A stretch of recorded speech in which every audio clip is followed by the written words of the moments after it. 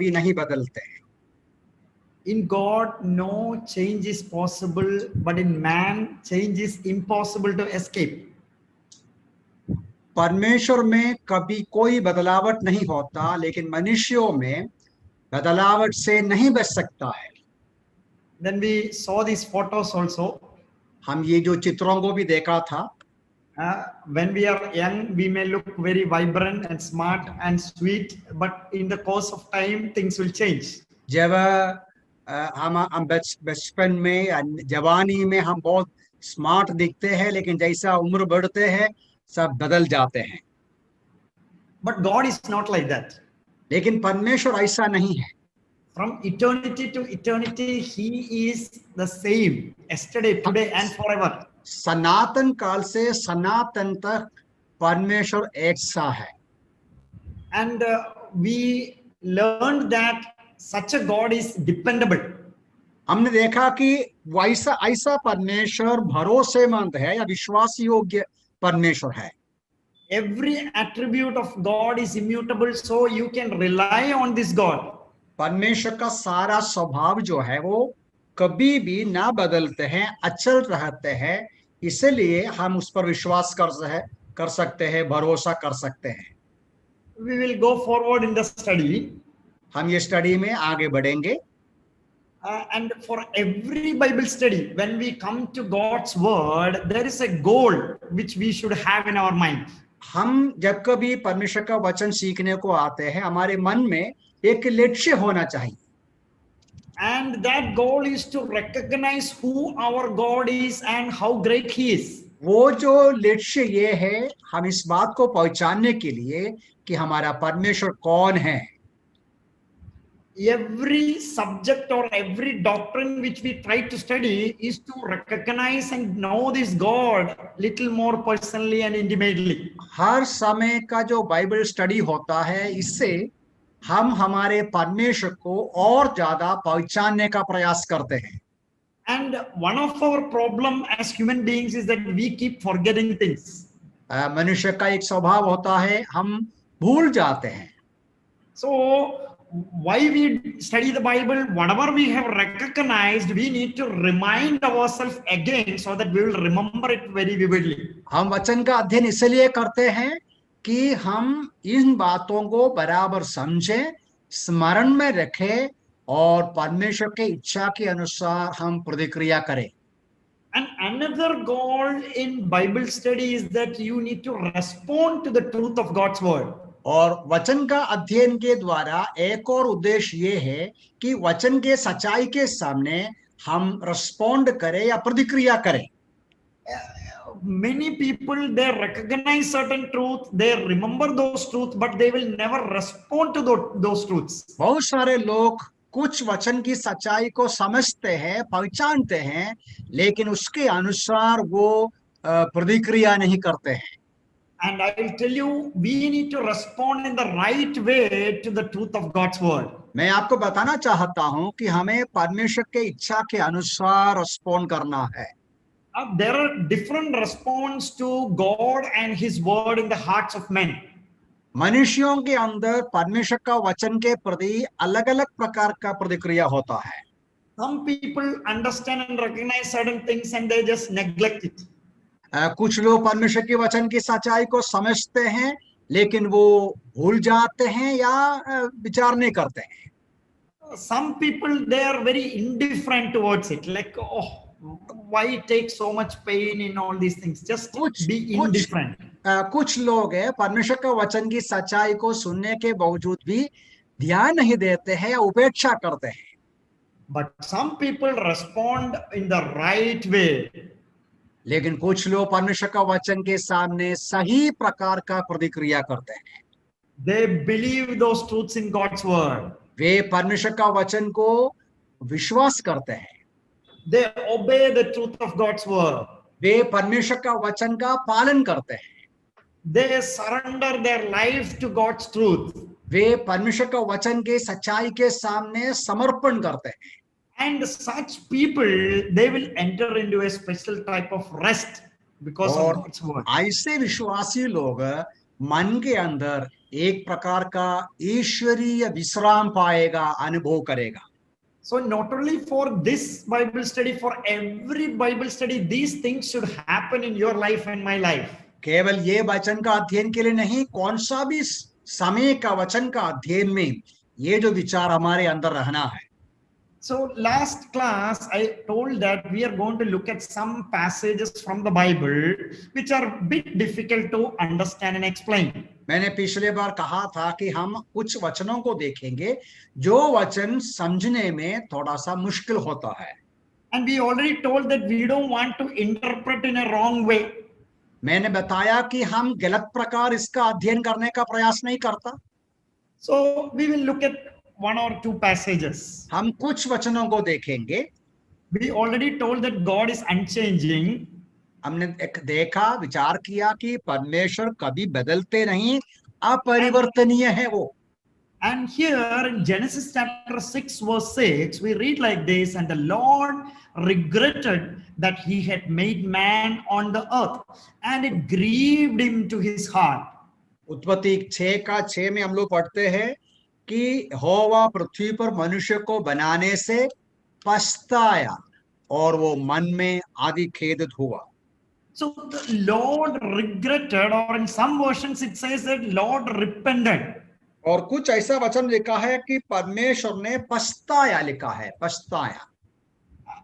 When an unregenerate person read this, जब एक अविश्वासी इस वचन को पढ़ेंगे, a person with the old heart, the stony heart read this, एक कठिन हृदय वाला मनुष्य इस वचन को पढ़ेंगे, he will tell then why God did all these things, why he created, after creating, what is the point in regretting, then why he is God.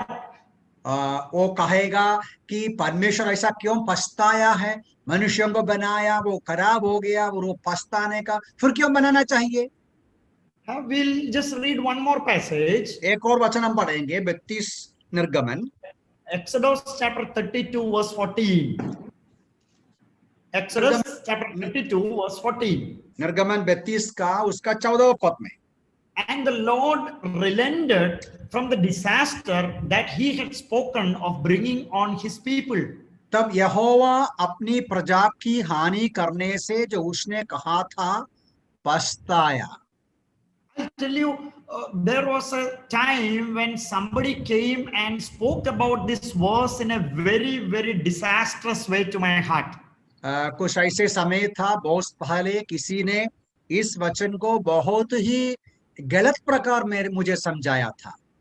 People who have read Exodus chapter 32, we know that the people sinned by making an idol out of gold.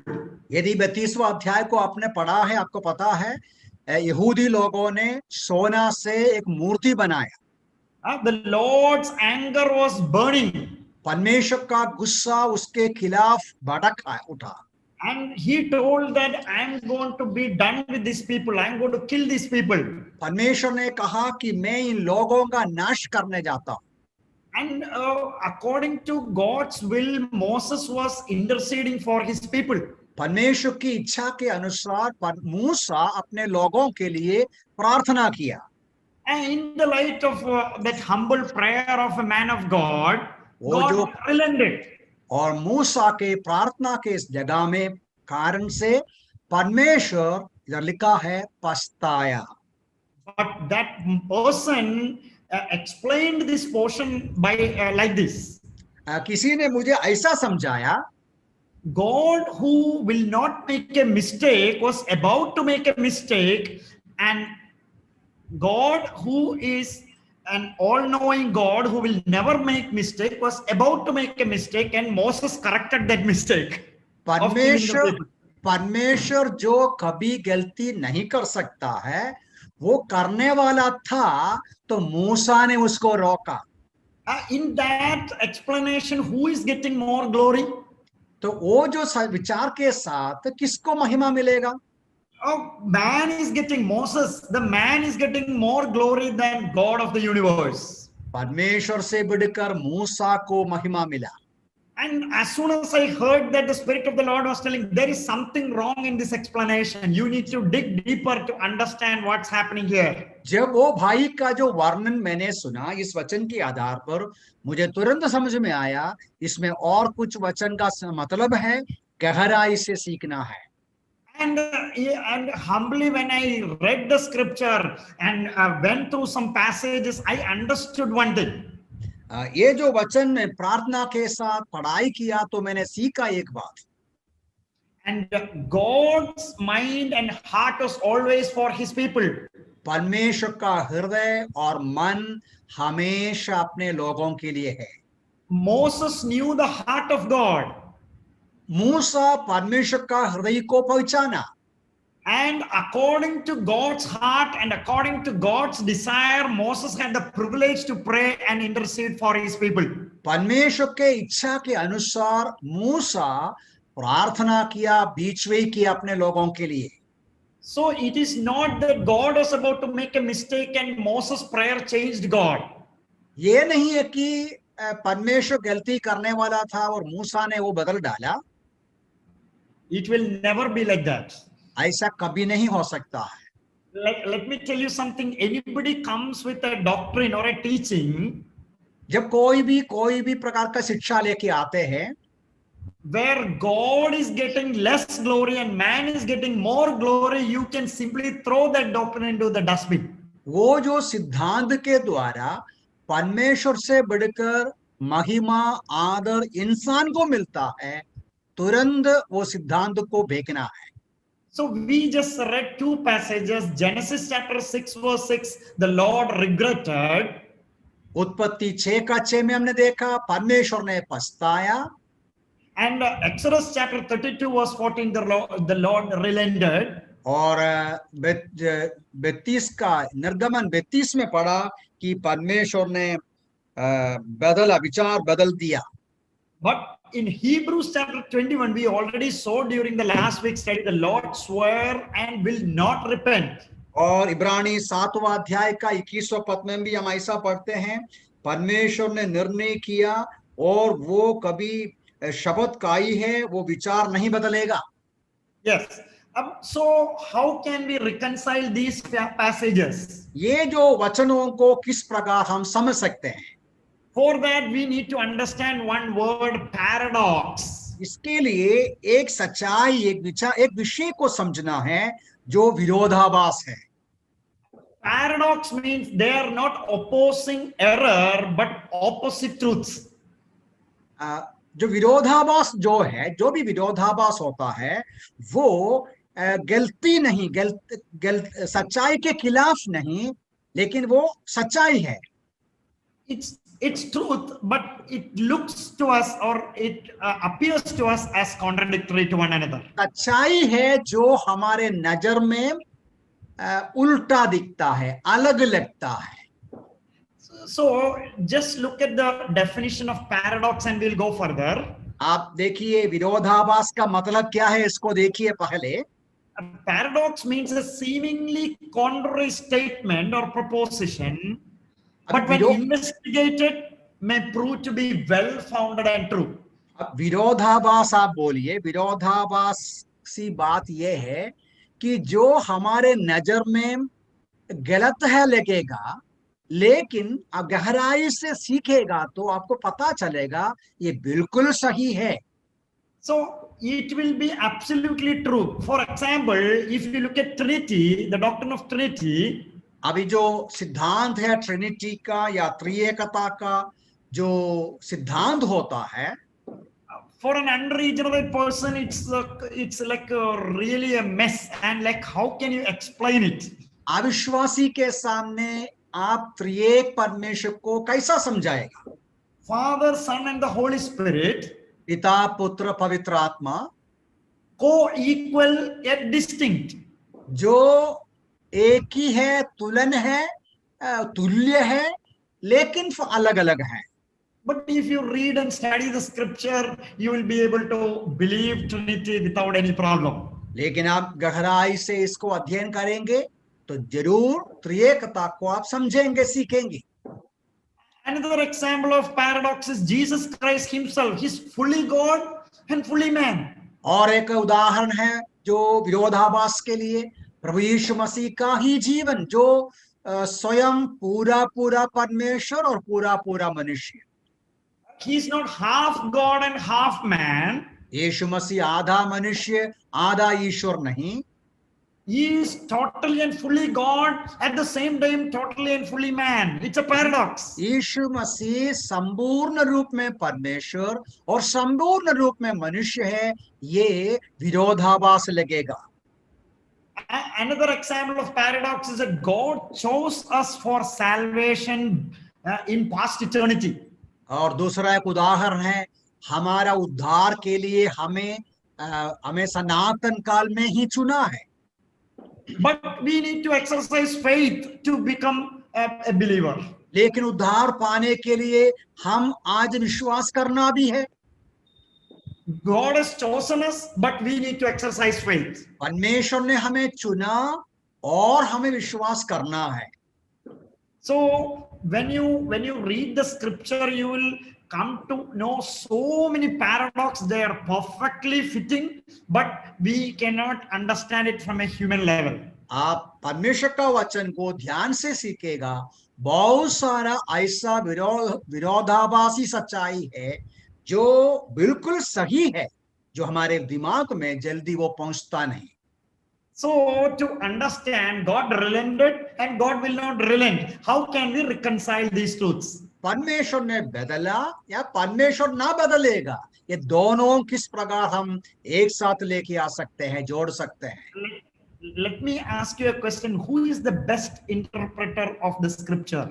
मैं आपको एक सवाल करना चाहता हूं, परमेश्वर का वचन या धर्मशास्त्र का व्याख्या करने का किसका काम है, कौन व्याख्या करके देना है? No denomination can be the best interpreter of the scripture. कोई भी जो संस्था है परमेश्वर का वचन को अनुवाद करके दे नहीं सकता।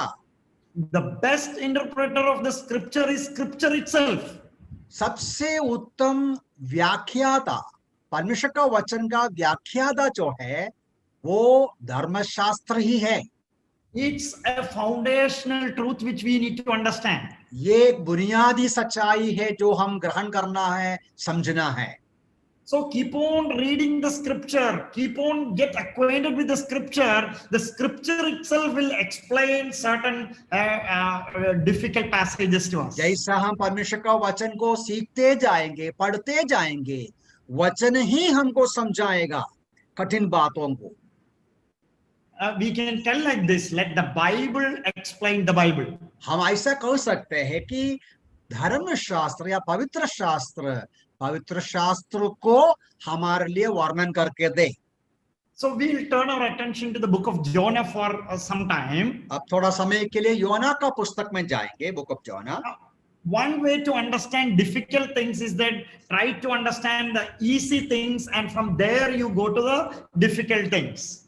जो कठिन बातों को समझने का सबसे आसानी तरीका ये है सरल बातों को सीखना और वहां से कठिन बातों को सीखना। So book of Jonah is a very familiar book for every one of us. हम सब के लिए योना का पुस्तक बहुत जो फेमिलियर परिचित बुक है। And John, in the book of Jonah, Jonah got instruction from the Lord. योना का पुस्तक में पढ़ते हैं परमेश्वर ने योना को आदेश देते हैं। Instruction number 1. सबसे पहला आदेश पहला अध्याय का 2 पद में पढ़ते हैं। Jonah 1 verse 2. उधर ऐसा पढ़ते हैं पहला अध्याय का 2 पद में, Arise, go to Nineveh, that great city, and call out against it, for their evil has come up before me. उठ महानगर निनवे को जा और उसके विरुद्ध प्रचार कर, क्योंकि लोगों की दुष्टता बढ़कर मेरे सन्मुख पहुंच गई है। Call out against it. उसके खिलाफ प्रचार करना। So what did Jonah do? योना क्या करना चाहिए? There was disobedience from the part of Jonah, we know that. हम जानते हैं योना उस आदेश का पालन नहीं किया। But Jonah arose to flee to Tarshish from the presence of the Lord. परमेश्वर की उपस्थिति से वो तरसीस भागा। We know that a disobedient prophet or a disobedient child of God cannot think rationally. आपको पता है, हम जानते हैं जो अनाज्ञाकारी प्रभु का दास या विश्वासी बराबर समझ नहीं सकता, सोच नहीं सकता है। God is an omnipresent God. परमेश्वर हर जगह में उसका उपस्थिति होता है। Our God is not a local deity. हमारा परमेश्वर ऐसा ईश्वर नहीं जिसको कोने में रख सकता है। So you can never run away from God's presence. हम परमेश्वर के उपस्थिति से किधर भी भाग नहीं सकता। But Jonah, in spite of knowing God and following God, he thought of running away from God. लेकिन योना परमेश्वर को पहचानने के बावजूद भी वो परमेश्वर की उपस्थिति से भागने का प्रयास किया। So disobedience of Jonah resulted in displeasure of the Lord. योना का जो अनाज्ञाकारिता परमेश्वर का अप्रसन्नता के लिए कारण हो गया।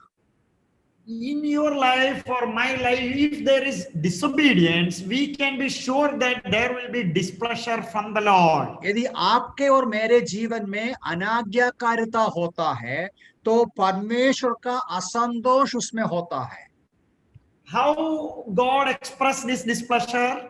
परमेश्वर ने अपना अप्रसन्नता कैसा दिखाया? Jonah chapter 1 verse 4, we see a great wind upon the sea.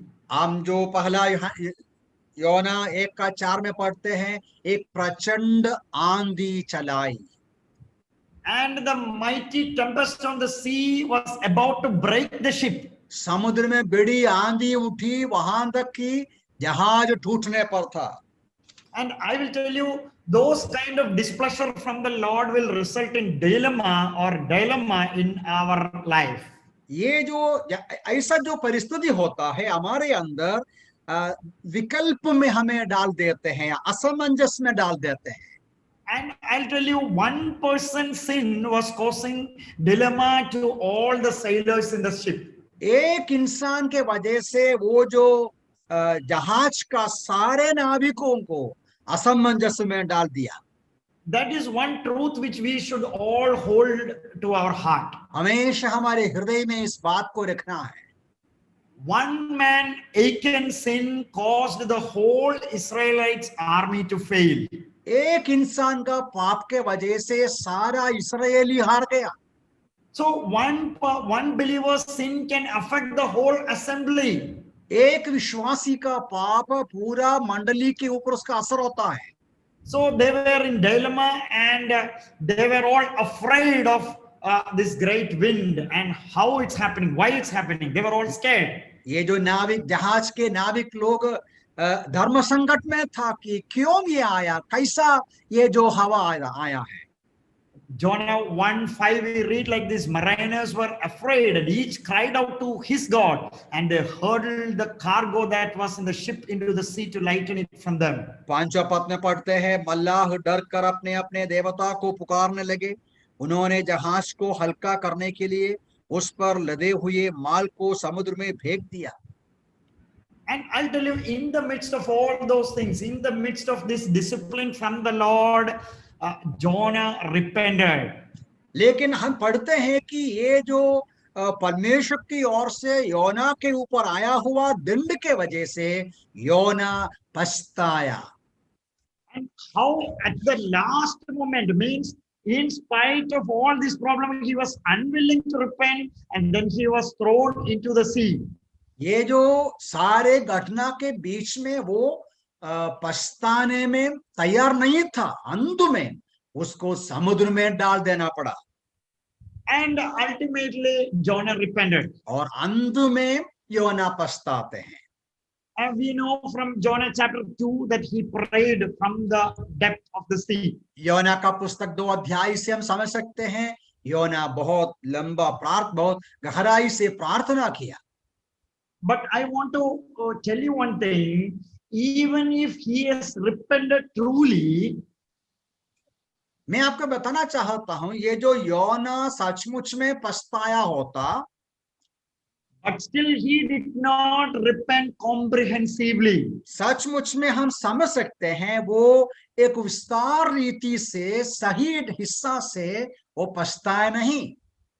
As the book revealed itself, Jonah's repentance was true. He obeyed, but his repentance was not thorough.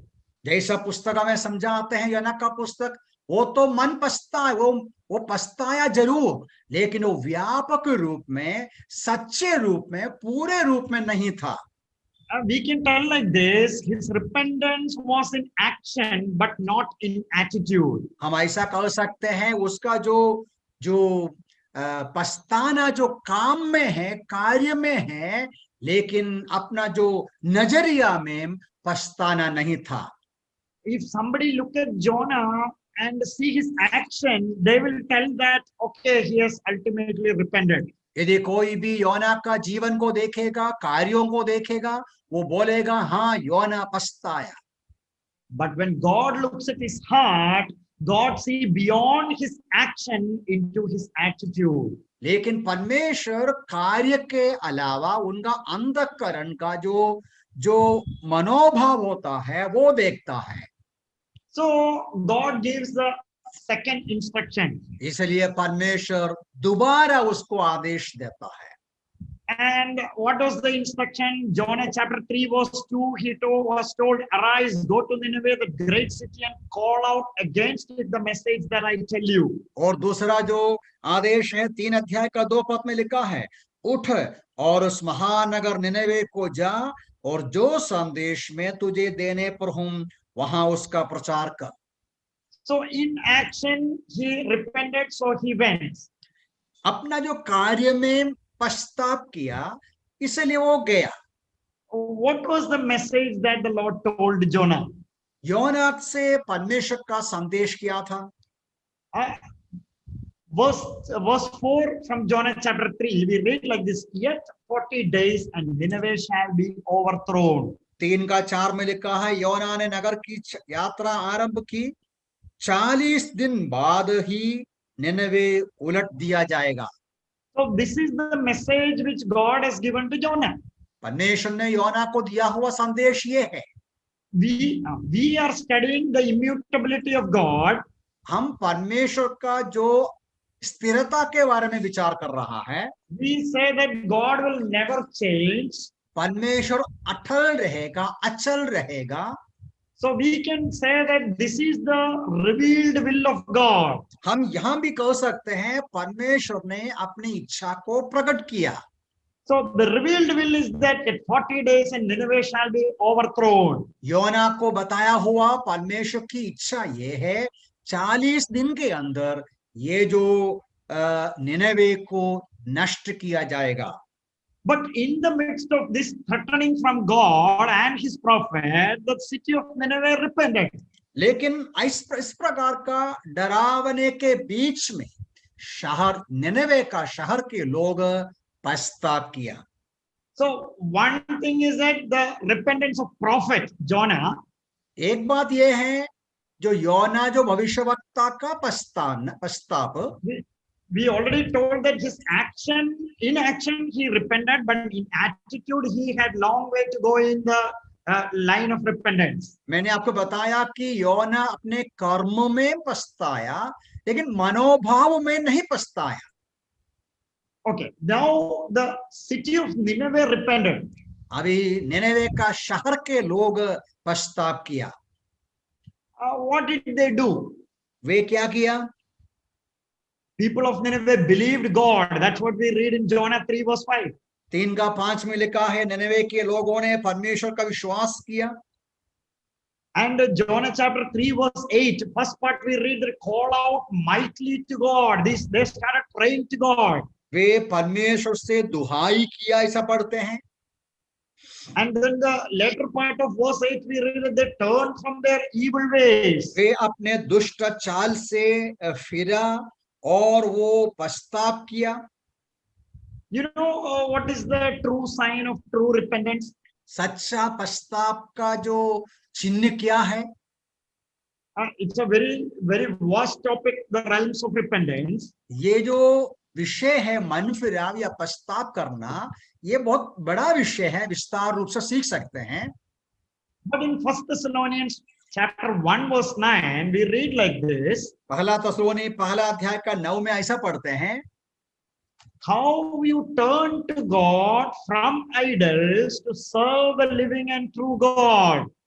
तुम कैसे मूर्तों से परमेश्वर की ओर फिरे ताकि जीवते और सच्चे परमेश्वर की सेवा करो। The true repentance will turn away from sin. सच्चा जो मन फिराव होता है वो पाप से दूर रहेगा। It will turn away from sin and it will turn to God. और पाप से दूर होकर परमेश्वर की ओर फिरेगा। As some people say that I have left that bad habit or left this bad habit, so I repented.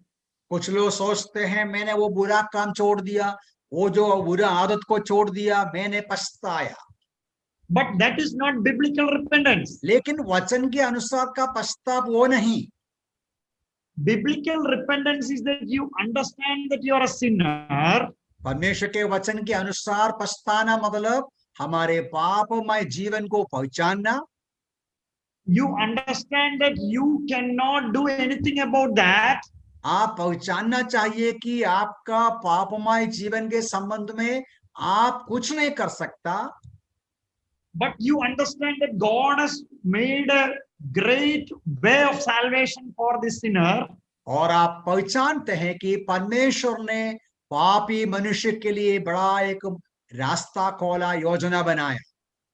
So you turn away from sin to the Savior Lord Jesus Christ. इसलिए पाप से फिरते हैं और उद्धारकर्ता प्रभु के पास आप चले जाते हैं। So turning from sin to God, that is what happened in the life of Nineveh. ये जो निनवे के लोगों में वही हुआ, वे परमेश्वर पाप से परमेश्वर की ओर फिरा। So Nineveh people's repentance was accounted by God as a sign of their true turning to God. जो निनवे का लोगों का जो मन फिराव है, सचमुच में पश्चाताप है या मन फिराव है। So in the book of Jonah, again you come to a portion where we come in a direct look at the immutability of God and some conflicts. अब यहाँ भी ऐसा परिस्थिति में हम आते हैं, परमेश्वर के वचन के अनुसार जब वो अपरिवर्तनीय है, तो यहाँ ऐसा का हालत देखते हैं, परमेश्वर विचार को बदलना पड़ता है। But then how to understand this? That's what I want to communicate to your heart. ये हम कैसा समझेंगे, यही मैं आपको बताना चाहता हूँ। In ESV version of the Bible, we read Jonah chapter 3 verse 10 like this. योना 3:10 ESV में ऐसा पढ़ते हैं, When God saw what they did and how they turned from their evil way, God relented of the disaster that he had said he would do to them and did not do it. मेरे पास जो हिंदी भाषा है इसमें ऐसा पढ़ते हैं, दया परमेश्वर ने उनके कामों को देखा कि वे अपनी दुष्ट चाल से फिर गए, तब दया करके उस विपत्ति को जिससे उसने उन पर डालने की घोषणा की थी आने ना दिया। So if you look at KJV, King James version, it goes like this: God repented. अब किंग जेम्स वर्जन में ऐसा पढ़ते हैं, परमेश्वर ने पछताया। So how can we understand this truth? ये हम कैसा समझ सकते हैं? This is a very important thing to understand. ये तो समझने की बहुत जरूरत तो है। From human perspective, from time-bound perspective, it appears as if God changed this plan. हमारा जो मनुष्य का दृष्टिकोण में हमको लगेगा कि परमेश्वर ने अपना योजना बदल डाला। But as we see the scripture in the totality, we will understand that it's not like that. लेकिन पूरा बाइबल को आप सीखेगा तो हमको पता चलेगा ये ऐसा नहीं। In the light of many other passages, we can say that God did not change what he had planned to do. जैसा पूरा वचनों को हम पढ़ेगा तो समझ में आएगा कि परमेश्वर ने जो निर्णय किया उसमें कोई बदलावट नहीं किया। To help us understand that truth, we'll read one verse from Isaiah chapter 46, verse 10. यशायाह का पुस्तक से हम एक वचन पढ़ेंगे, ये थोड़ा और समझ सकते हैं। यशायाह Isaiah 46:10, 46 का 10वां पद, declaring the end from the beginning and from ancient times, things not yet done, saying, my counsel shall stand and I will accomplish all my purpose. मैं अंत की बात आदि से और जो बातें अब तक नहीं हुई उन्हें प्राचीन काल से बताया आया हूं। For us as human beings, it is easy to see the beginning from the end. When we reach the end and look back, we can see the beginning. हम मनुष्य जो है अंत में आने के बाद पीछे मुड़कर देख सकते हैं, शुरुआत को देख सकते हैं, But we can never look into the end from the beginning. लेकिन मनुष्य शुरू से लेकर अंत को नहीं देख सकता है।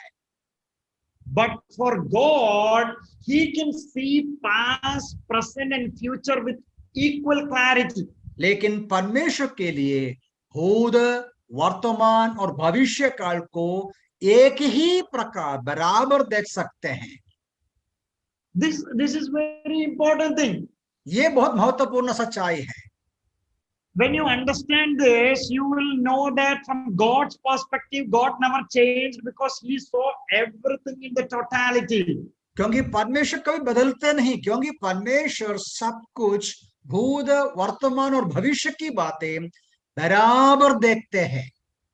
So we can say like this, for God, there is no need for a plan B.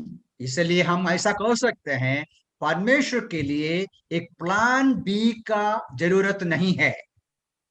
Let me tell it like this. मैं ऐसा आपको समझाऊंगा। God asked Jonah to go and preach against Nineveh. योना को बोला निनवे में जाके प्रचार करो। And 40 days and I am going to then kill those people. उसने कहा कि 40 दिन के अंदर मैं इस निनवे का नाश करूंगा। As if God has not seen the repentance of Nineveh well in advance.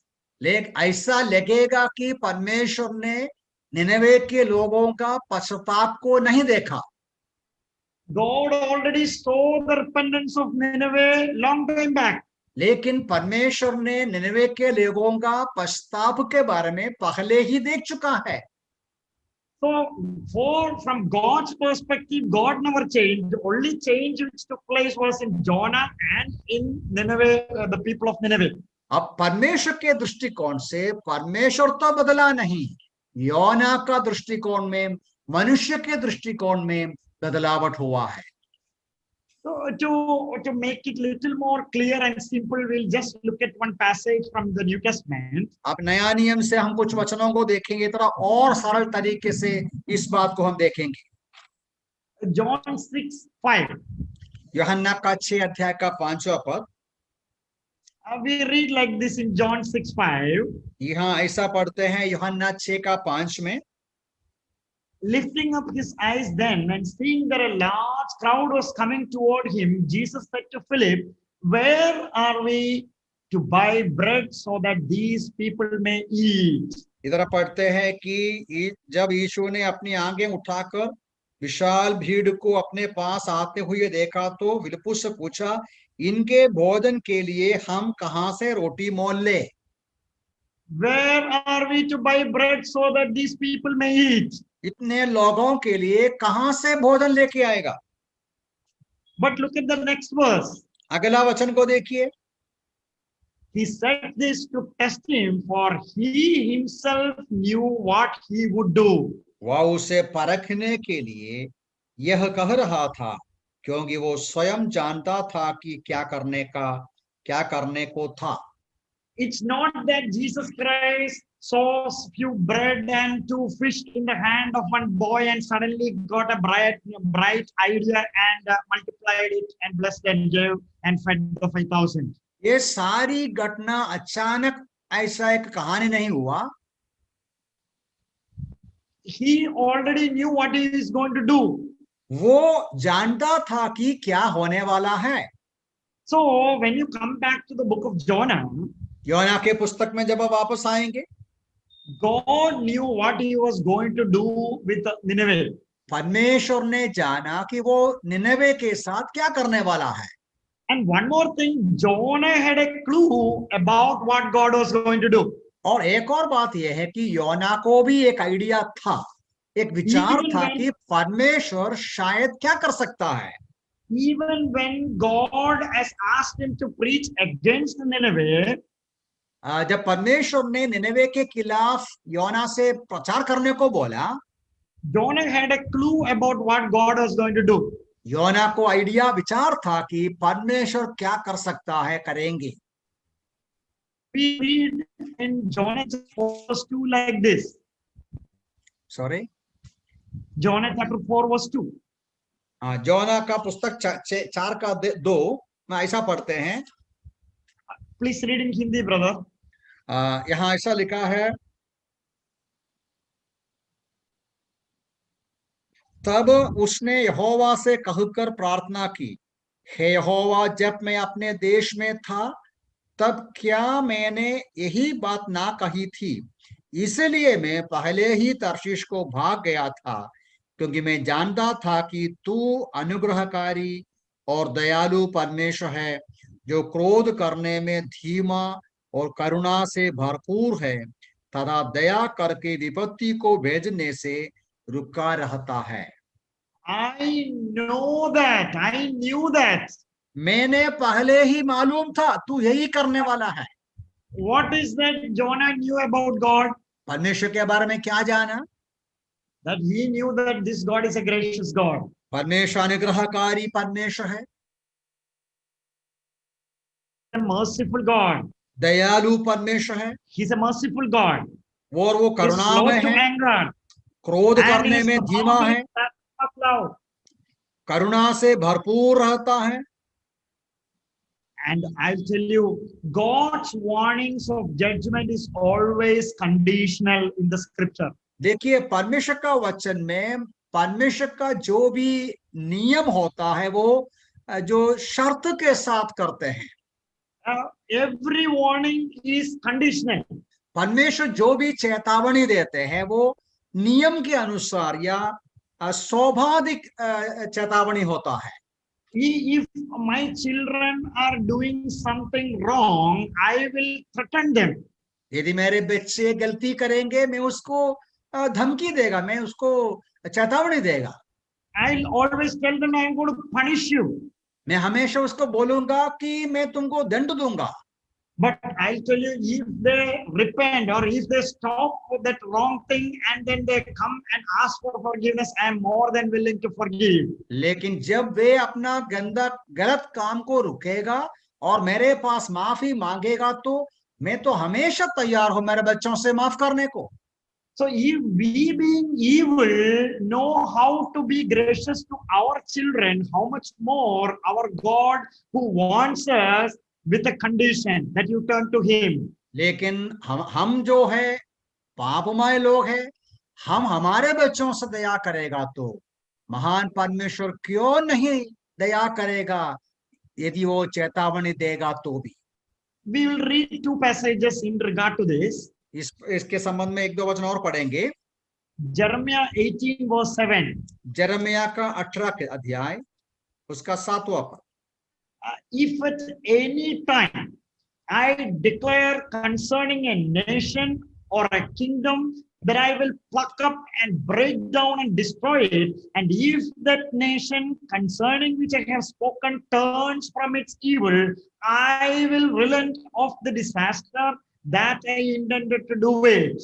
यहाँ पढ़ते हैं यिर्मयाह 18 का 7वां पद में, यदि किसी क्षण में किसी जाति या किसी राज्य को उखाड़ डालना, ढा देना या नष्ट करने के लिए कहूं, यदि वो जाति जिसके विरुद्ध मैंने ये बात कही अपनी दुष्टता से फिर जाए, तो उस विपत्ति के विषय में जो मैंने उस पर डालने की ठानी थी मैं पछताऊंगा. See, God was dealing with Nineveh according to the scripture.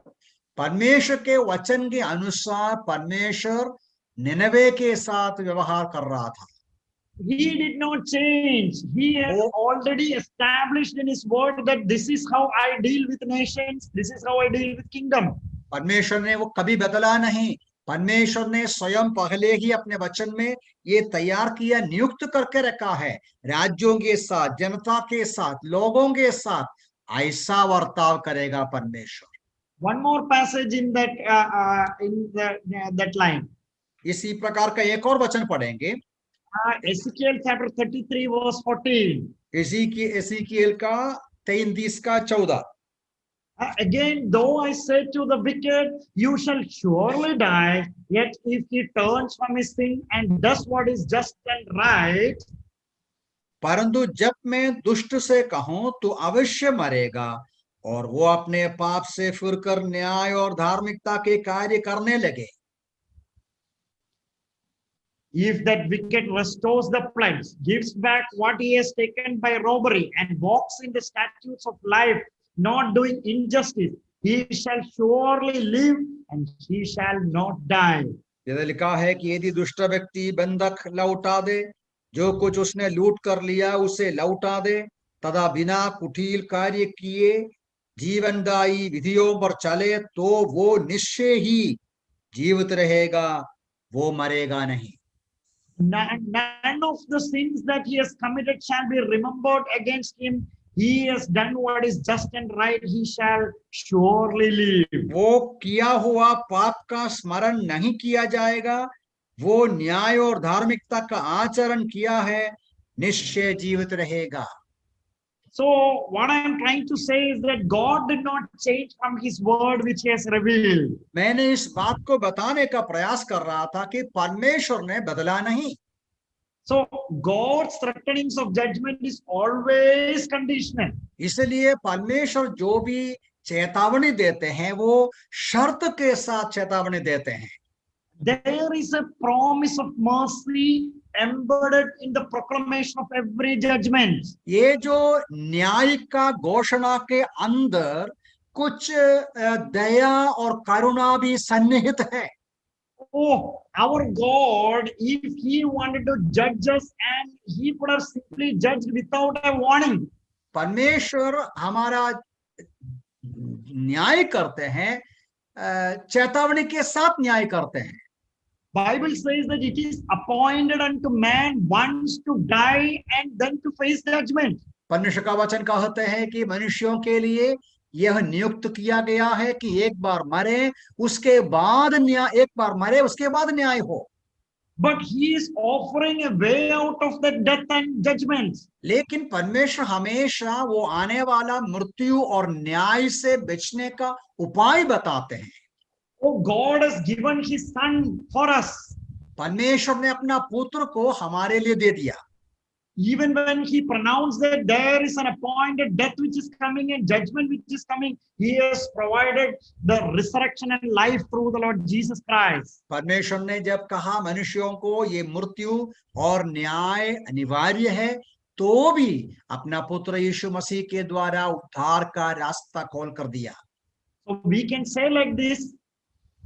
इसलिए ऐसा कह सकते हैं, for the proclamation of judgment for the city of Nineveh, Nineveh के ऊपर जो दंड है, जो न्याय है, there is a promise of mercy embedded in it. उसके अंदर एक करुणा का, दया का वायदा भी उसमें शामिल किया गया है।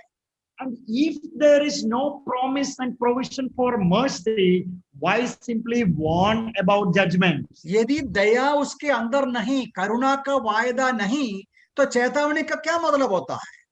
So when you see that God repented, it is from a human point of view that we are trying to understand that God changed his mind. जब हम पढ़ते हैं परमेश्वर ने पछताया, वो मनुष्य का दृष्टिकोण में हम समझता है। But from the eternal perspective of God, who saw yesterday, today, and tomorrow, there is no change. Everything was consistent with God's word. लेकिन परमेश्वर जो सनातन काल से सब कुछ देखते हैं, जो कल और आज और हमेशा के लिए, वो कोई बदलावट नहीं है। And for the city of Nineveh itself, if God didn't want to show mercy, then why warn them about the judgment? अभी निनेवे की बात देखो, वो शहर के ऊपर यदि दया नहीं करना है, यदि उसको नहीं बचाना है, तो चेतावनी का क्या जरूरत है? He could have simply wiped them out. उसको केवल नाश ही कर सकता था। Why send Jonah to that city? और योना को उधर क्यों भेजना चाहिए? But Jonah knew this God so well that God had a secret will even when he is pronouncing the judgment. जब योना को लेकर ये मालूम था कि परमेश्वर न्याय का घोषणा करने के बीच में भी उसके हृदय में दया रहता है। So God has not changed in this story. ये जो पूरी कहानी में परमेश्वर नहीं बदला, Jonah changed. योना को बदलावट हुआ, And Nineveh changed. निनेवे के लोगों को बदलावट हुआ। And God has shown mercy to these people as he is always merciful and gracious. परमेश्वर जो हमेशा दयावान है, वो दया को उसने उस पर दिखाया। And I'll tell you, as our time comes to the close, आज ऐसा हम इधर बंद कर रहा है। next week as we look at some other passages, हम प्रभु की इच्छा है तो अगले हफ्ते भी कुछ और वचनों को देखेंगे। I will leave you with one special word. एक शब्द मैं आपके सामने देना चाहता हूं। There is one word which theologians use, जो वचन सिखाने वाले इस्तेमाल करते हैं, that is called anthropopathism. Anthropopathism. ये है आंद्रोपातिज्म। That means attaching human feelings and emotions to God. ये आंद्रोपातिज्म का मतलब ये होता है कि परमेश्वर के साथ मनुष्यों का विचारधारा को जोड़ देना। And we repent, so God repents. हम पछताते हैं तो परमेश्वर पछताते हैं। But there is a huge difference between लेकिन ये God's दोनों repentance and our repentance. इंसान का पछताना और परमेश्वर का पछताने में बहुत फर्क है। But I'll tell you, like Jonah, in spite of knowing God, we should not rebel against God at any point of time. लेकिन योना के समान परमेश्वर को पहचानने के बावजूद भी उसके सामने अनाज्ञाकारी नहीं रहना चाहिए। Calling himself as a servant of God, अपने आप को परमेश्वर का दास कहते हुए, calling himself to know this true God, और ये परमेश्वर को पहचाना है वो कबूल करने के बावजूद भी, he was not willing to submit to God in a glad and obedient way. वो जो परमेश्वर के अधीन में खुशी के साथ आज्ञाकारिता के साथ समर्पण करने को तैयार नहीं था। And when God was doing something according to his character, Jonah was angry and he was bitter and he was cribbing against God. जब परमेश्वर अपने स्वभाव में अपनी इच्छा पूरा करते समय योना गुस्से पर था और उसके मन में क्रोध आया, कड़वापन आया। Let us pray to our God that we will submit and subordinate under this unchanging God forever and ever. प्रार्थना करें कि हमेशा हम ये जो ना बदलने वाला परमेश्वर पर भरोसा करते रहे और उसकी इच्छा को पूरा करते रहे। May the Lord's name be glorified. प्रभु इसके नाम की महिमा हो।